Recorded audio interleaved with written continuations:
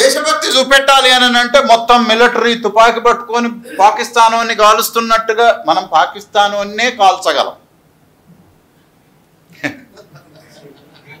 మనం వాడిని తప్ప ఈ భూమి మీద ఇంకెవ్వడిని కాల్చలేం.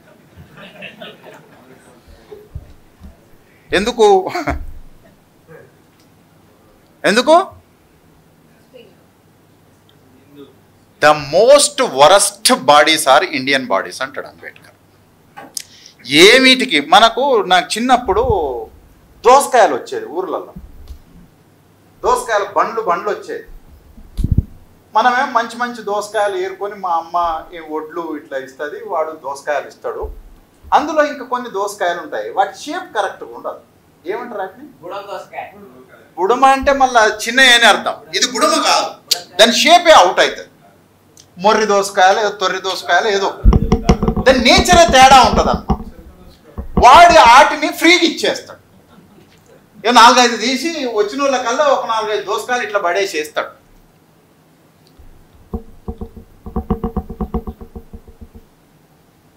మన ఈ ఫ్రీగా వేసే దోసకాయలు ఉంటాయి చూడు, ఇండియన్ పాపులేషన్ ఈజ్ దట్.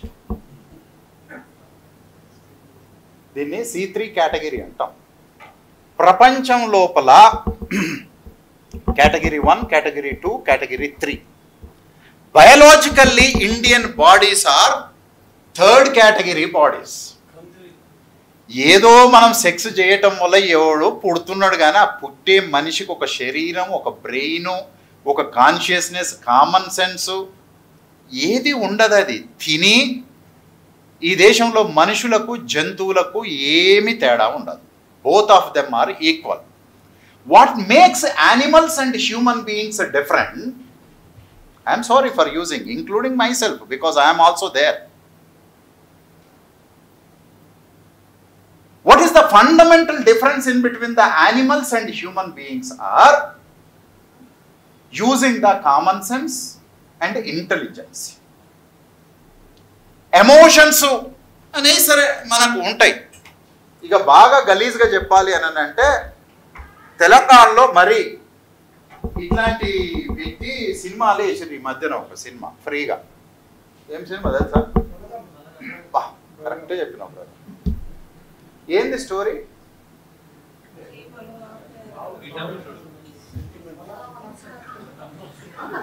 ఒక్క పదంలో చెప్పండి, ఏంటిది స్టోరీ?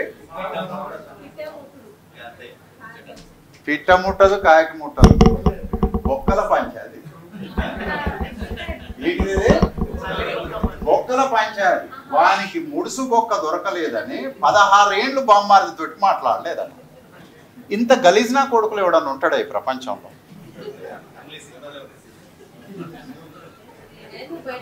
బొక్క కోసము 16-18 ఏళ్ళు ఆడు ఇడిపోయినప్పుడు ఆ పోరు పుట్టలేదు, మళ్ళీ పెళ్లికి ఎదిగింది, అప్పటిదాకా మాట్లాడుకోవట్లేదు అన్న శైలిలో. నాకు మంచి బొక్క వేయలేదు అని చెప్పి ఇక వాడేడు టీవీలలో కూర్చొని భారత ధర్మం చాలా గొప్పది అనగానే మనం ఈ బొక్క సీనేసేయాలి. బొక్క వేయకపోతే పంచాయతీ పెట్టుకునే ధర్మం.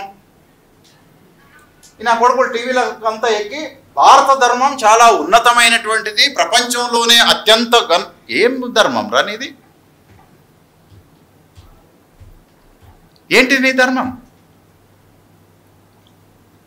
జంతువులాగా తినటము, ఏమిటికి పనికి రాకుండా. అంటే పని అంటే కేవలం శారీరక శ్రమ మాత్రమే కాదు.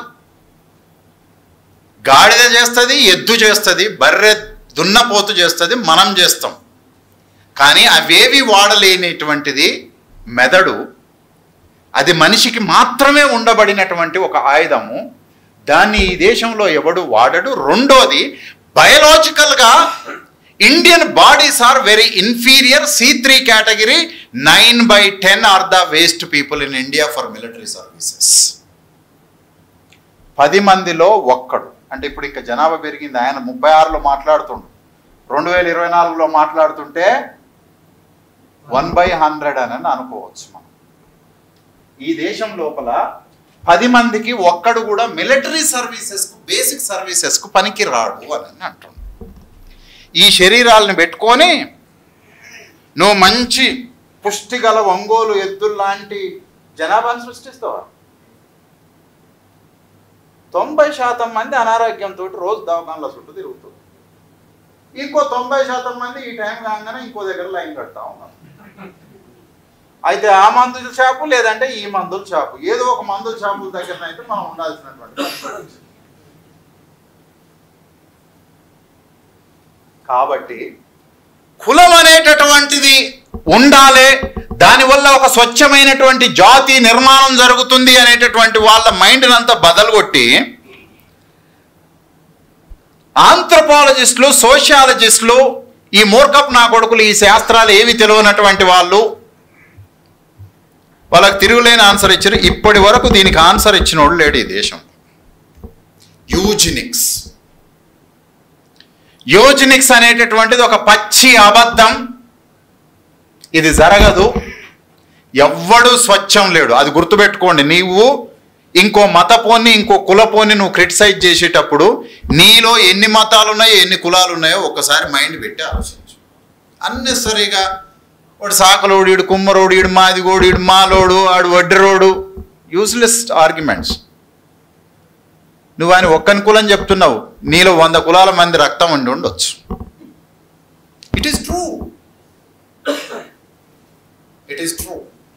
నువ్వు నిజంగా నీ మైండ్ని అట్లా కన్విన్స్ చేసుకోగలిగిన రోజున నీకు ఇతర మతాల పట్ల ఒక హేట్రేటు, ఒక ఎనిమిటీ అనేటటువంటిది రాదు. అరే నా శరీరంలో కూడా సాకలోడు ఉన్నట్టుందిరా అని నేను అనుకున్న నాడు ఒక చాకలి పైన, ఒక మంగలి పైన, ఒక కుమ్మరి పైన, ఒక మాదిగ పైన, ఒక ఒడ్డెరి పైన, ఒక ముస్లిం పైన నీకు ఇట్లాంటిది ఏవి రావు. ముస్లిమ్స్ వేరు మనం వేరు అని అనుకోకరి. ఈ దేశంలో ముస్లిమ్స్ కూడా ఎప్పటి నుంచో ఈయనే ఉన్నారు. వాళ్ళ రక్తం మన రక్తం కలిసే ఉన్నది. వాళ్ళు వేరు మీరు వేరు అనుకోకరు. వాళ్ళ దేవుడు వేరు మీ దేవుడు వేరు, వాని డ్రెస్ వేరు మీ డ్రెస్ వేరు, వాని బువ్వ వేరు మీ బువ్వ వేరు. Biologically we both are same. Okay, దాని తర్వాత భారతదేశంలో ఏంటిది అంటే బాబాసాహెబ్ అంబేద్కర్ ఏమంటారంటే all the Indian peoples are anti social elements. Police వాళ్ళు ఈ వర్డ్ బాగా వాడుతుంటారు, యాంటీ సోషల్ అని అంటాడు. యాంటీ సోషల్ ఏంటిది అంటే చెయ్యకూడని పనులు చేసే వాళ్ళని యాంటీ సోషల్ అంటే ఏంటిది? మీరు అందరు బాగా సోషల్ సైన్స్ చదువుకొని వచ్చారు కదా, పొద్దున్న లేస్తే అంబేద్కర్ పూలే అని అంటారు కదా. సోషల్ అంటే ఏంటిది అసలు? అంటే ఏంది సాంఘిక అంటే? నేను మీనింగ్ అడిగిన, ట్రాన్స్లేషన్ అడగలేదు.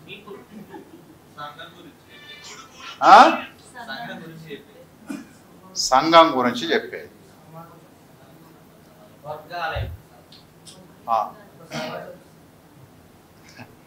అందరూ చదివిరా 10th దాకా, లేకపోతే డైరెక్ట్ చదివిరా? ఎక్కడైనా ఒక గ్రూప్ లైఫ్ ఉన్న దగ్గర ఆ మనుషుల మధ్యన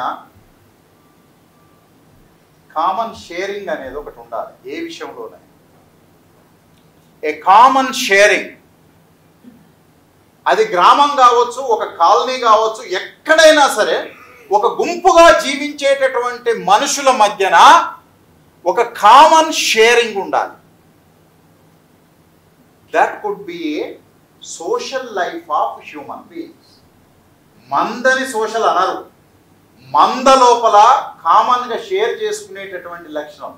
పెళ్లిలో షేర్ లేదు, సావులో షేర్ లేదు, కష్టంలో షేర్ లేదు, సుఖంలో షేర్ లేదు, విద్యలో షేర్ లేదు, సంపదలో షేర్ లేదు. అసలు షేరింగ్ అనేటటువంటి అలవాటే మనకు లేదు. మన కుటుంబంలో సభ్యుల మధ్యన కూడా షేరింగ్ ఉండాలి. నా ఫోన్ నువ్వెందుకు ముట్టుకున్నావు? నా ఫోన్ నువ్వెందుకు ముట్టుకున్నావు? మీ పిల్లలు రోజు పంచాయతీ పడుతుంటారు, మమ్మీ వీడు నా పెన్ను వాడుతున్నాడు అని. అరే యూజ్లెస్ పెన్ను, అది పెన్ను, అది నీకైనా ఉపయోగపడుతుంది, వానికైనా ఉపయోగపడుతుంది. ఇంకో దీన్ని ఎవరి పెన్ను వాళ్ళకు ఉండాలి అని మమ్మీ క్రమశిక్షణ నేర్పుతుంటారు. Social నేర్పదు mummy. ఇక వాళ్ళు చాలా గొప్పోళ్ళు. ఒక్కరిని తెస్తే 5గురు వాడుకున్నారు. ఆ ఒక్క విషయంలోనే వాడుకున్నారు, మిగతా విషయాలలో ఎక్కడ పాపం వాళ్ళకి. మనం ఫ్యామిలీ లోపల కూడా ఆ సోషల్ ఎలిమెంట్స్ ని ప్రాపగేట్ చేయం మనుషులకు. మదర్ దగ్గరికి పంచాయతీ వస్తే, ఇగో ఇది నీ పెన్ను, ఇంకోసారి నువ్వు చెల్లె పెన్ను ముట్టుకున్నావు అంటే చేతులు ఇరగొడతా. అమ్మ ఎక్కడి జస్టిస్ ఇది? ఇది అంబేద్కర్ జస్టిస్ కాదు, ఇది Manu's justice. What Ambedkar justice is, what can be useful for every human being equally according to our needs we can use it. ఇది నాది నీది అనేటటువంటి భావనే, కామన్ షేరింగ్ ఉండాలి. పోలీసు వాళ్ళ దృష్టిలో యాంటీ సోషల్ అని అంటే ఆడేదో కాలేజ్ గ్రౌండ్లో కూర్చొని బీర్ బాటిల్ దాక్కుంటా, మందు దాక్కుంటా, డ్యాన్స్ చేసుకుంటా, పిచ్చి పిచ్చిగా వ్యభిచారం అది ఇది ఏదో చేస్తున్నాడు అనుకో, that is called anti social. Ambedkar not, Jewish or not, Buddhist or not, only the Hindus are anti social. ఆ యాంటీ సోషల్ మూలంగానే హిందువులలో సగం మంది మనుషులు ఎప్పుడు భయంతో బతుకుతారు. వాడికి కాన్ఫిడెన్స్ ఉండదు, కరేజ్ ఉండదు. ఈడ సప్పుడైందనంటే ఆమెడు దూరం ఉరుకుతాడు.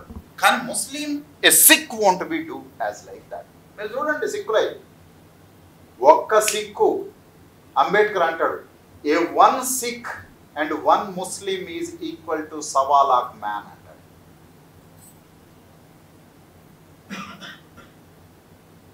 హిందూ